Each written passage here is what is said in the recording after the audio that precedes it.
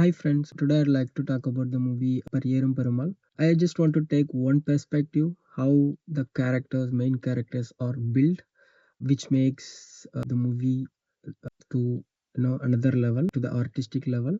First takes Joe's character.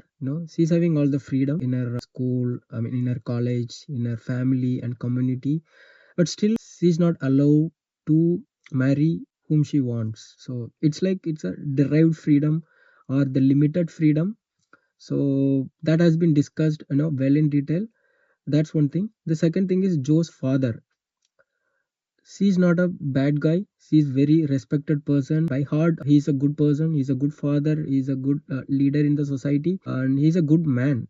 But still, he's not able to allow to get her daughter into the lower caste man. So here there is a conflict between individual ethics and the institutional ethics.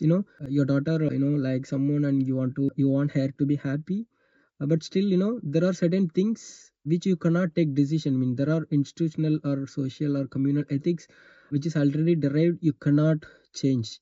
So here you can consider Joe's father as a both victim and oppressor. He's not like a negative shade. He's also a victim. He's not able to do what her daughter wants. That's where this movie goes into another level. So I mean, in any other movie you can show her father as a in typical movie. How it is shown. Her father is like already a villain. He commits a lot of mistake. I mean, a lot of wrongdoings in a society or in a family. He's not a good guy.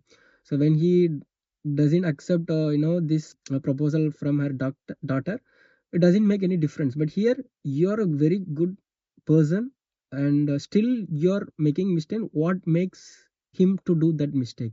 So that's the thing. The third thing is Pariyan. Again, I'll take a typical movie example.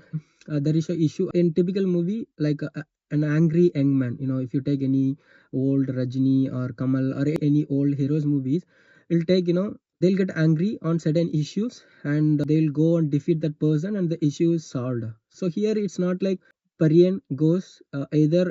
There are two kind of thing will happen 99% of time in Indian movie. Either he will defeat the villain and he'll, I mean for example here, okay, he'll somehow manage to marry Joe and he'll be happy. That happy ending movie. He along with Joe, they will get killed. It's another extreme.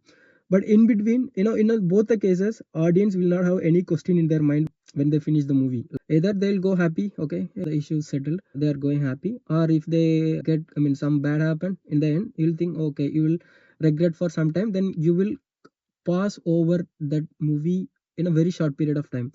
But here they are ready to talk like it's a pass. He is going very steady, Parian is going very steady, and Joe's father is also so not a bad guy. So they are like, okay, let's sit and discuss. That's a perfect climax. This is not about the issue with a single guy. It's not about Joe's father is a representative of a particular institution, I would say institution. So don't take this only for the solution for this caste. I mean, you take any political organization or anything, any economic, anything. So if you remove one person or if you get approved by one person, is not the thing.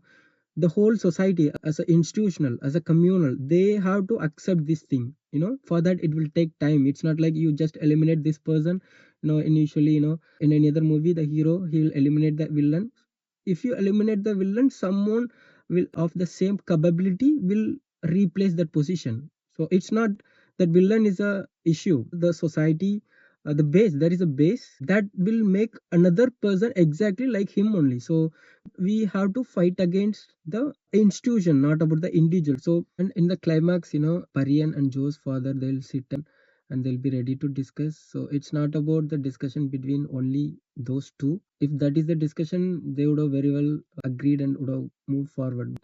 That's a discussion had to happen for the whole society. I mean, who are watching the movie, they have to have that discussion within themselves. I feel that's why this movie is not like any kind of revolutionary or caste based oppressed movie. It gives a valid question to the audience going forward, so that will keep haunting the audience in a longer point of time. I mean, even after watching the movie, even for a long time, this will stay because there is no abrupt ending. It's the movie talks with us as an audience. Yeah, thanks.